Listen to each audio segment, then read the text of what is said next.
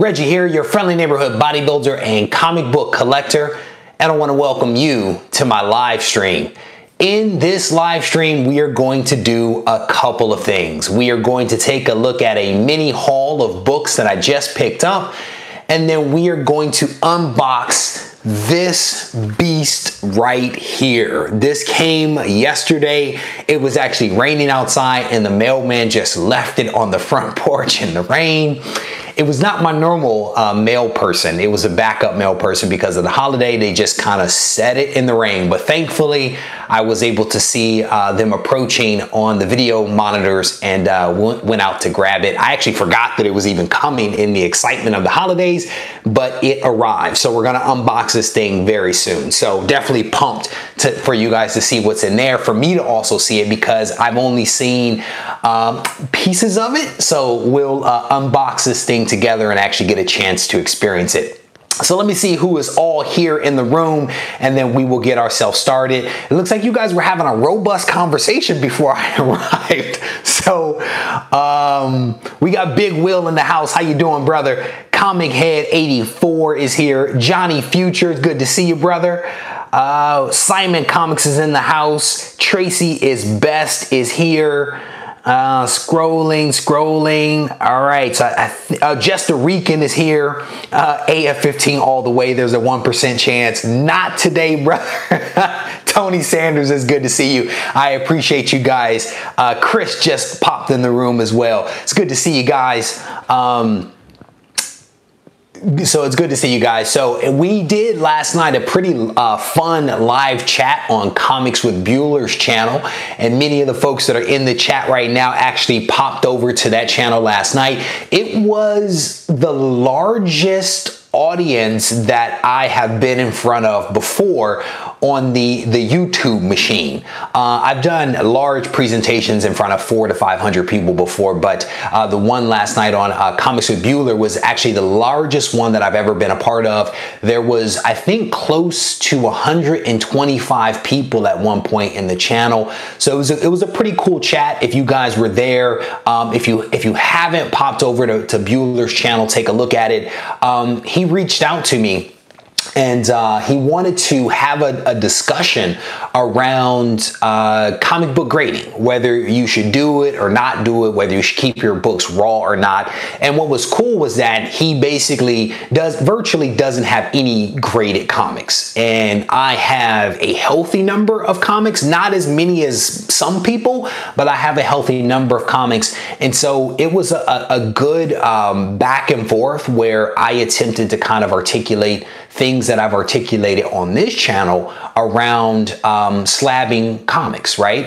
The reality is that not every comic should be slabbed, right? That's just the reality of it. And you have to decide, you know, where and why and how you want to slab your books. And I think it's, to some degree or another, it's a personal decision depending upon the type of collector you are, depending upon your financial resources, and depending upon like really what you want to do with your collection. And so I have slabbed a healthy number of books. But as I spoke about last night, I have a whole lot more books that have not been slabbed and will never be slabbed just because the benefit doesn't outweigh the cost of doing it. So Comic Head 84 is saying he's recently become hooked on slabs. And yes, brother, it is an addiction. It really is. When you get that first order back from CGC, it is a special thing. You know, when you buy a slab, it is a special thing. And it's one of those things that I personally struggled with because I was like, I'm slabbing everything. And I realized that you can't slab everything. It doesn't make sense to slab everything. And Bueller actually asked me that question. He said, if you had all the money out there, would you slab everything? And the answer is no. The answer truly is no. There are some books, again, that I don't think warrant slabbing. And it's not just about value. I mean, there are some books that you would slab for sentimental reasons, right? Nothing about dollar value, but it is sentimental reasons, or it's about protection. But in that vein, there are some books that just have no sentimental value, no financial value, and it's a book that I definitely would not slab. So Baked to Slake, great content last night with the hunt. Yeah, last night was a crazy night, wasn't it? It was Bueller and I on, JD and Tony Sanders, and I think someone else did the hunt, and then the Comic Corpse was on last night. I actually started to go live last night after my show with Bueller, and then I realized that I would be competing with, you know, 2 or 3 other people live, and decided that that wasn't the best course of action for anyone, you know? So that's why I decided to go live this morning. I think JD just got here. It's good to see you guys. What's your view on book flipping? Tinkle, I think that's how you say it, is asking my opinion on book flipping, whether it hurts or helps the market. So I've been doing, if you guys have been paying attention to this, I've been doing a little bit of a series on, Chris, don't let me forget your question because it's a good one. Thinkly, thank you, brother, Thinkly. All right, so, because I knew Tinkle wasn't Thinkly. So I don't have anything against flippers, right? I don't have anything against it, the same way I have no problem with people that buy houses and flip houses, right? Because to some degree or another, they're improving the property that they're flipping in many cases. They're adding value to other people's properties. They're bringing up a low property in the neighborhood. So when it comes to comic books, is there some artificial demand in the market that is brought about by speculators and flippers? Yes, there is. There is some softness, and I talk about this in one of my videos, some softness in the market based upon speculators and flippers, right? But I don't have a problem with those things, right? I personally don't tell any person what they should or should not be doing with their collection. That's just not my role. That's not my thing, you know? And it's like, if some people choose to make a business out of this hobby, if they choose to make a little cash, if they choose to buy books, flip books so that they can invest in other books, it's not my place to judge those people. Does it hurt the market? I don't know. I mean, I think, you know, I had someone say to me the other day that, it was a really popular book that has gone up in value tremendously and come down very, very quickly. And the comment was that because of that fluctuation in price, they were concerned about the overall health of the market. And I fundamentally disagree with that notion. And I disagree with that notion because that book, honestly, was never worth the $2,000 that book was selling for. It was never worth that. Right? It was a book that was artificially inflated by speculation and by hype. Right? It was not a book that was truly in demand. It was not a book that was worth $2,000 to begin with. And so to look at that situation and say the market is in trouble because of that, I fundamentally disagree with that. Right? That's like saying the stock market is going to collapse because somebody decided to speculate on a penny stock. I fundamentally disagree with that, right? I just don't believe that you can look at something like that and say that there is widespread systemic problems in the market. The same way that you can't look, for example, at what happens in just Las Vegas's housing market and say that that is leading to a collapse of the overall housing market. It doesn't work that way, right? For a market to collapse, sometimes there has to be systemic problems that lead to that collapse. It's not an isolated one occurrence that does that. So those are just my thoughts. So Comic Head says that personally flipping adds fun element to the hunting. And again, who am I to say that you shouldn't have fun that way? You know, it's like, if you want to speculate on comics, go for it. If that's what makes you happy and that's how you enjoy the hobby, go for it. I'm not going to necessarily do it. Like, I don't flip books. That's not my thing. I know guys that buy modern books, they slab them, they turn around, they sell them, they make a profit, and they take that profit and they put it in Silver Age. I see no problem with that. I really, really don't. So there was a question here, and I can't remember who asked the question. Steve Rogers, how you doing, brother? Somebody asked the question of whether I would slab my volume 1 of ASM.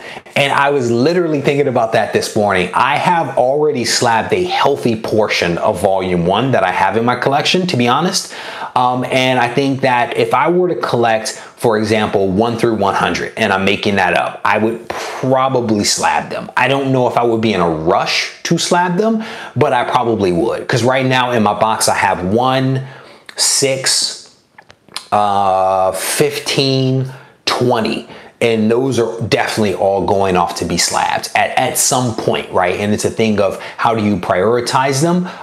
But yeah, they will probably all be slabbed. And part of the reason for that is because I'm an ASM fan, and ASM books feature so many amazing first appearances that it's hard to ignore the value that they bring, not just financial, but also just the sentimental and the historical value that comes along with those books. So, I would definitely do it. So here, Bake the Snake made a comment here. Let me see if I can find it. I think it helps the market, but flippers need to have a realistic expectation on prices. So many people overprice items on eBay either to get the most they can or count. Yes, well said, Bake the Snake. Well said, brother. Tony Trombetta, how you doing, brother? I think that, you know, you guys are raising some good points that, yeah, I mean, I think people sometimes will be greedy with things anytime money is involved, but you can make that argument about any hobby, about any market. People are always trying to get the most that they possibly can, even if it's not realistic. There was, I think Tony Sanders put up something the other day where a guy was asking, I don't know, maybe it was $1 million or something like that for a sketch variant signed by Stan Lee. It's never going to sell. It's never going to happen. But that person will learn a lesson from the attempt. They will learn that the market cannot bear that. You know what I'm saying? No one's going to bite on that. But that doesn't mean that they shouldn't try. You know, I think that they should try. If that's what they want to do, I say go for it. You won't make that money from me. You know, and like Tony Sanders, I have books that I, you know, have thought about selling and, you know, reinvesting that money into other books. And honestly, I can't bring myself to do it. I cannot bring myself to pull the trigger on some of those books just because they're already in my collection. I already own them. And it's like, you know, I have a tough time letting things go, you know, so I personally don't sell all that much. Comic flippers are not rehabbing a book. Yeah, that wasn't the point that I was making. That wasn't the point that I was making. Yeah, so flippers are great for generating demand and honestly just putting comics out there for purchase that may not otherwise wasn't the 90s. So no, if you take a look at the video series that I've been working on called Market Watch, right? What happened in the 90s is nothing like what is happening now. Nothing even close. You cannot make that comparison. And that's not me talking. What I've done is I've actually reached out to people that have been in comics since the 80s, the 70s, and this is the perspective like they were giving me based upon the fact that they work in the industry, right? What happened in the 90s was that just like what happened in the housing market, and this is why I'm drawing the comparisons because I think that they are meaningful similarities. The distribution companies, and there were many of them, relaxed their new account setup criteria. And by relaxing the new account setup criteria, there were more than or close to 11,000 accounts set up in this country, in North America, 11,000 accounts. That's not 11,000 comic shops. That is 11,000 accounts. It could be individuals that set up accounts with distributors to purchase comics. And so what happened was you had this perfect storm of publishers producing a ton of titles, new publishers coming to the market, producing lots of titles. All of these account holders and in some cases comic shops popping up to capitalize on the fact that the average person, not the collector, the average person was coming into comic shops to buy books because of all these record sales of comics. There were people that were buying handfuls of comics back in the 90s. And then what happened is there was no true demand. It was artificial demand that was being created, but you had all these people buying comics on credit and the bottom basically fell out. That's what happened. It had nothing to do with flippers. It had a lot to do with people heavily speculating and buying comics. If you look at the quantities, there were in April of 1993, they printed 43 million comics in 1 month. 43 million comics in 1 month. They don't produce anywhere near that now. If you look at the month of October, there were only 8 million comics produced out of the top 500 selling comic books.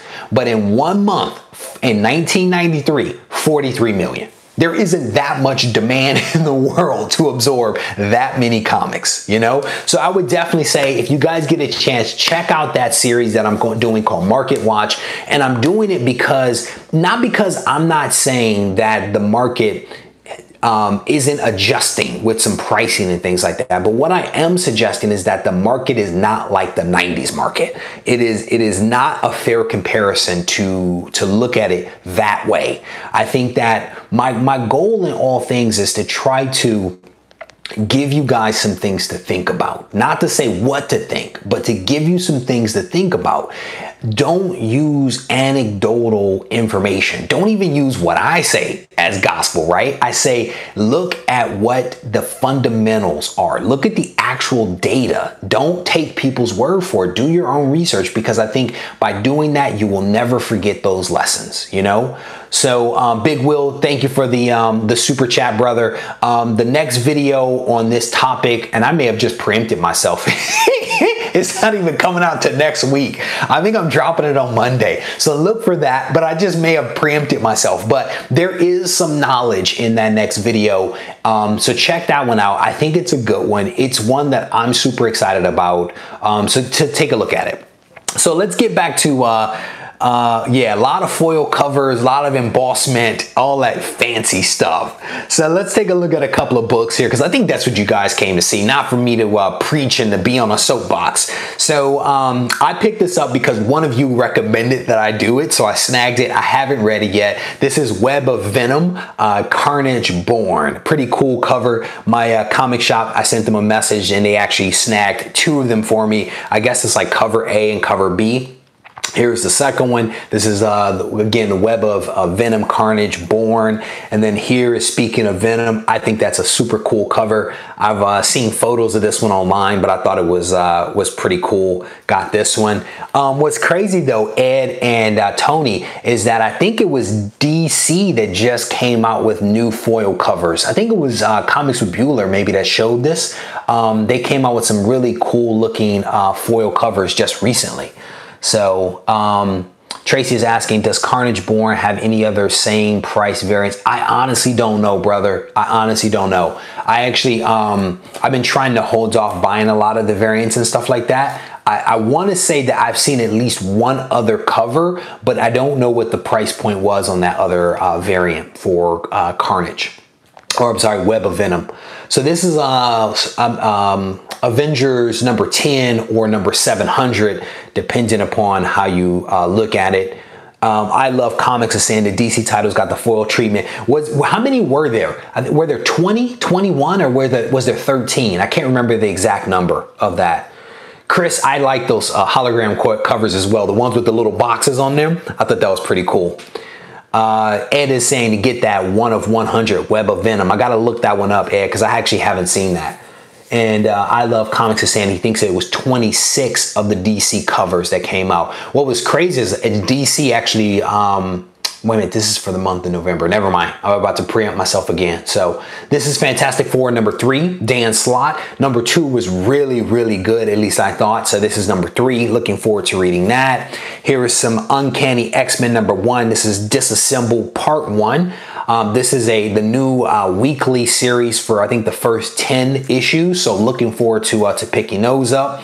Got the X-Men Red number 10. I think that's a really cool cover. It is X23 number 6. I've really been enjoying these covers that they've been doing as of late. Those are really cool. Dr. Von Chilla, how you doing, brother? It is good to see you. Red 10 was good story, what I'm hearing from Recan. Yeah, man, I've actually been enjoying the Red series. I've enjoyed that one from the beginning, but it's good to know that number 10 is especially good. So I'll definitely read that. DC gets respect for really nice B covers that could easily be higher price variants. Yeah, Comic Head, I think you're right. I think they're maybe doing it right. At least that's people's perception, is that DC is doing it a little bit better than what Marvel is doing. But again, as we talked about, when money is involved sometimes, right? So this is Marvel Knights #1. I think #2 also just dropped. I picked this one up after watching a video in which Donnie Cates was actually talking about this series, and he did a really good job of like selling the story and what he was trying to do. And I watched the video and I immediately sent my shop a message and was like, can you hold 2 copies of that for me, because I gotta read this. The Marvel Knights thing I think is really cool. Is it the 20th anniversary or something like that? Yeah, I think it's the 20th anniversary of Marvel Knights, and I've actually picked up some of the older Marvel Knights stuff, like the Century's first appearance, and then there's one that has like what I thought was like a cosmic Ghost Rider on the cover of it, and then I actually have a Wolverine Marvel Knights as well. So I've picked up a couple of those in the past just because I thought they were really cool books. So all right. So here we have Amazing Spider-Man #9, and I'm a big fan of Roberto Ramos, sorry. And but I'm not really feeling this cover. So I'm hoping the artwork on the inside is a little bit better. That is like the thinnest Black Cat and Spider-Man ever. I mean, look at his legs. Look how tiny they are. So I'm hoping the inside art is a little bit better, because I am not feeling this cover art. So, but yeah, Umberto does a really good job. I became a fan of his when I saw his work in 800, I think it was. Because I think there were like multiple artists that did 800, and I thought his artwork was pretty good, but this cover, not quite sure about that one. And then I also picked up the Immortal Hulk #8. I may have already had this one. It may have just dropped into this stack. But anyway, those are the books that I just picked up. I'm hoping to make it to one of my other local comic shops today to pick up some other books that I have on hold there. So, see, Dr. Von Chilla, we already said hello to him. Ed is here. Brian, how you doing? Brian, I completely agree. Ryan Otley is much better. I definitely agree. I think he's back with issue #12, which also has, I think, that Adi Granoff amazing cover that I'm hoping to get a couple of copies of that. But I would agree. I do like Ryan Otley's work. I like his creative style. The first several issues were really solid. I'm not sure why he took a break from the title. I was talking to his rep a couple of weeks ago who mentioned that he had a death in the family, but that was why he didn't complete one entire issue. There was one issue where he did several panels but didn't finish the whole book. Someone else did it. But I don't think that the death in the family is related to the multiple issue break that he's taken. I don't really know what's behind that. So Ed is saying that there's actually a better looking ASM 9 cover. Yeah, I hope so. I hope so, because that one is not a good one. Chris, I have not, what are my thoughts on the variants? I actually haven't seen the variants. Are you referring to variants for ASM? Because I don't know that I've seen those. Yes, Tony Sanders, I would completely agree. And I know you are a fan of Ryan Otley. I know you also did a video on the Invincibles that I thought was really good. I haven't picked that title up, but I thought it was a pretty good video that you did. Yeah, Reggie does not do DC. I definitely do not. Oh, you want to see that? All right, so one of the things, we'll take a break before we go to the box. Give me one sec.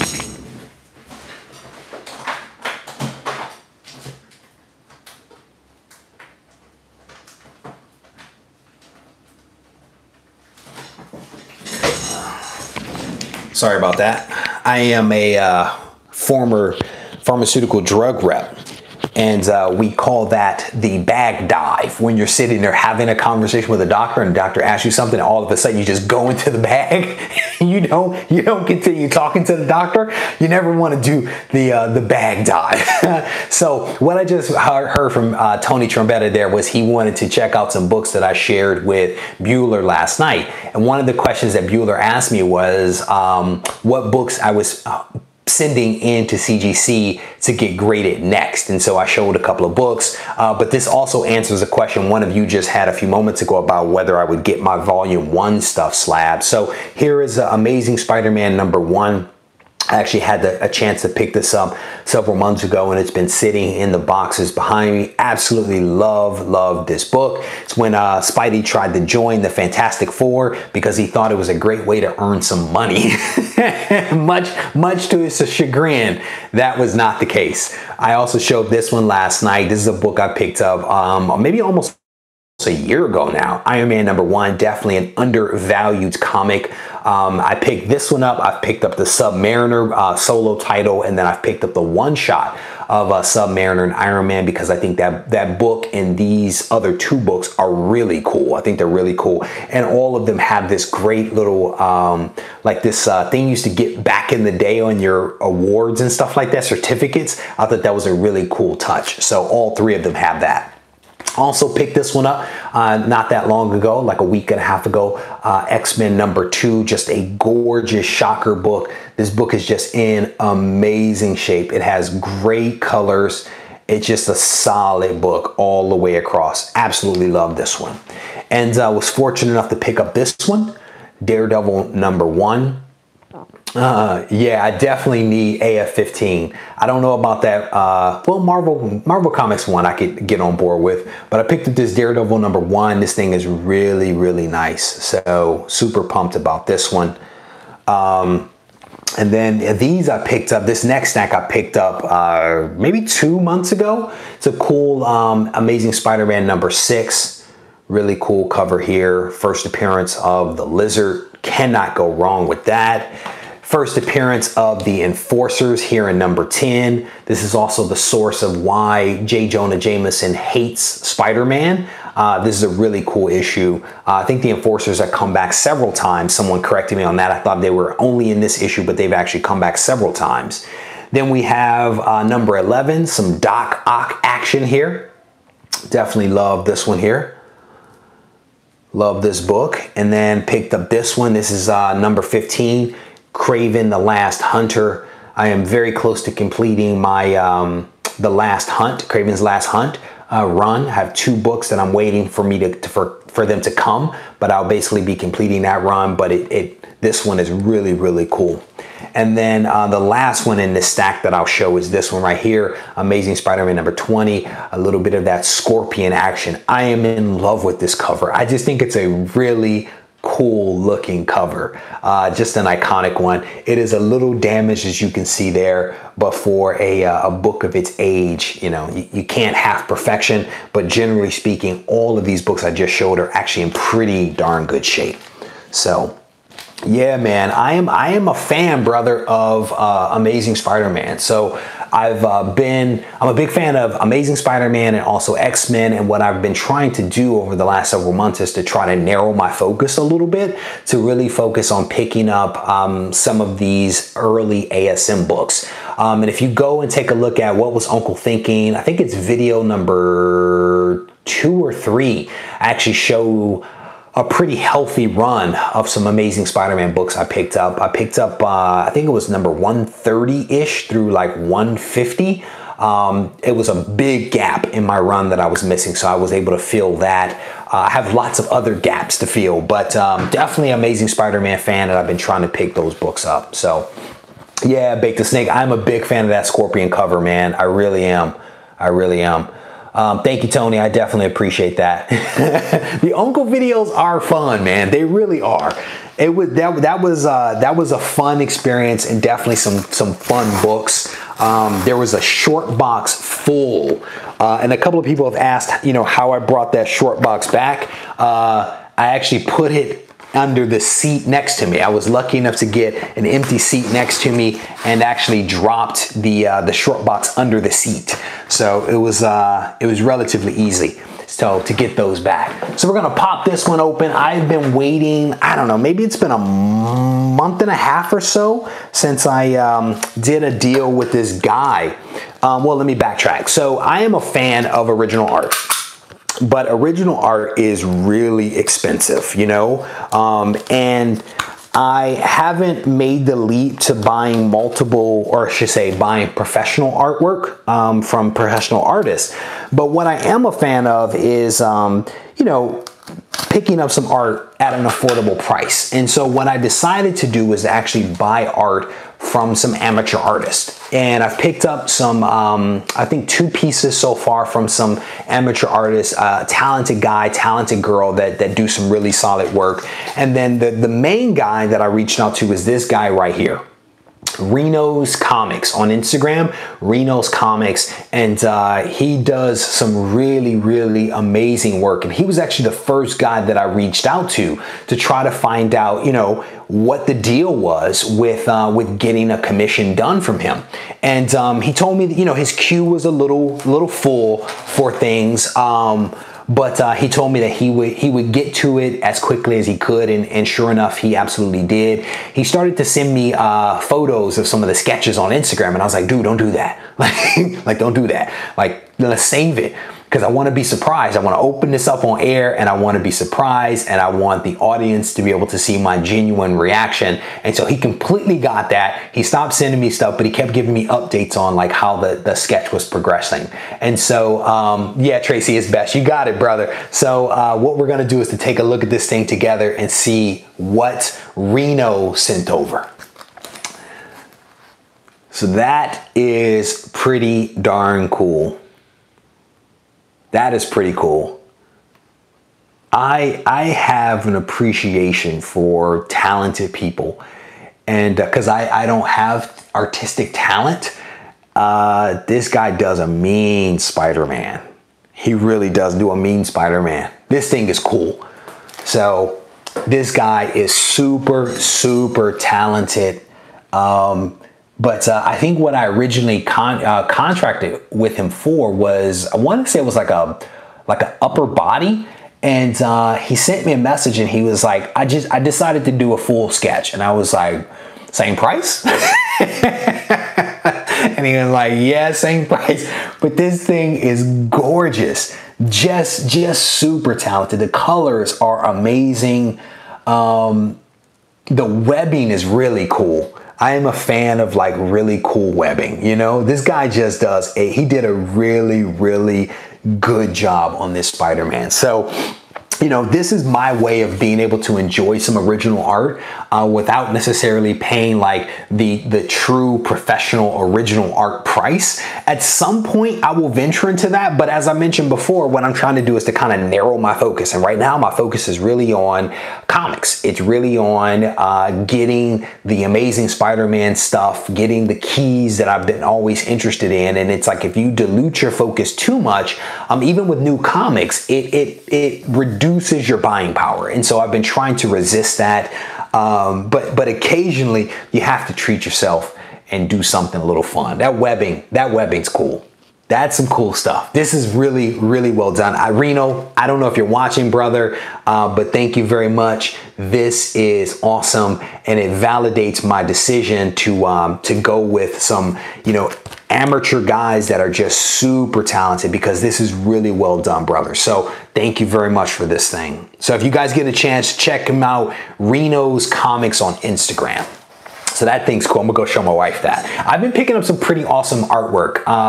My buddy RB3 sent me a Christmas gift, early Christmas gift a few weeks ago. Just an amazing Green Goblin and Spider-Man piece. And then I've gotten some great artwork from Tony Sanders, from JD, and from White Whale Comics, some wonderful AOK. So shout out to those talented guys. But yeah, I got some cool stuff. I'm super pumped. I think now I need to venture out to do some other characters. Maybe we'll do some X-Men characters next instead of just sticking with Spidey, because almost everything I've gotten so far has been Spider-Man, except for Tony Sanders. He did a Spider-Man theme, and then White Whale actually did Silver Surfer and Galactus, which was really cool. So again, shout out to those guys for hooking me up. So did Reno get here? Oh, there he is. Reno's here. There you go. How you doing, brother? Well done, sir. This is awesome, man. I'm glad that you were able to make it to the chat. I want to thank you again for doing this amazing piece of art for me.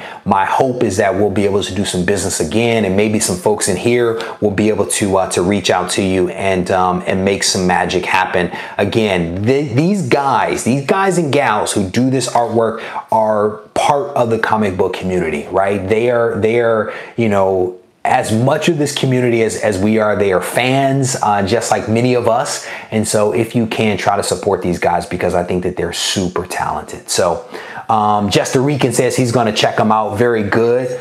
You guys are awesome. Yeah, definitely show him a little bit of love. So what I'm going to do is I'll do a quick recap of, I'm not going to do the new books again. Nobody wants to see that stuff, but I will do a quick recap of some of the really cool keys that I have sitting on my desk here, and then we're going to go ahead and get ourselves out of here. Right off the top, we jump in with some amazing Spider-Man #1 action. Love this book, super pumped to have it in my collection.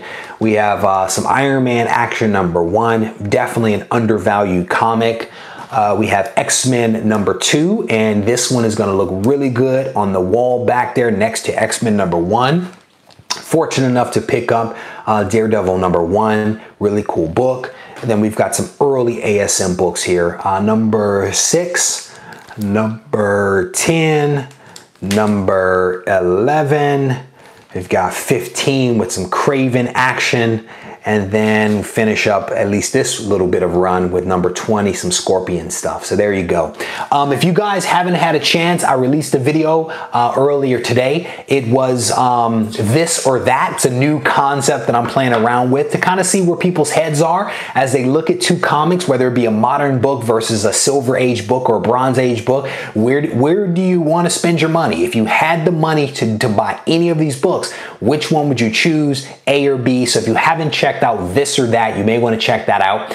Also, check out the chat that I did with Comics with Bueller yesterday. We did one last night where we debated raw comics versus graded comics. Also put together a playlist on my channel where I pulled together some of my old videos that look at that very topic to make it easy for you guys to check that out. If you're debating, do you slab, do you not slab? The reality is that there are lots of options out there for people.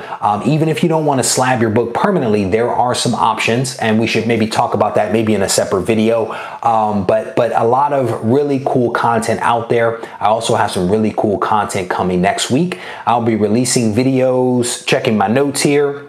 Monday through Thursday, I'll be releasing videos always at 3:30 p.m. Pacific time. Those videos are coming out. One of them on Monday is a really cool video. It is another part of my Market Watch series, in which I'm actually looking at the dynamics of the 90s market versus our current market, and kind of speaking a little bit to that question of, are we headed for a crash or not? So check those videos out. And then the very last thing, my buddy Reno hooked me up with some amazing artwork. So I thought I would end this thing on a pretty awesome note. So check him out if you guys get a chance. But as always, guys, I want to thank you for spending a little bit of time with me. If you need to find me, I am here on YouTube. You can just insert a comment. I respond to just about every single comment. And you can also reach out to me on Instagram at RegieCollects. Thanks a lot, and I hope you guys enjoy the rest of this holiday weekend.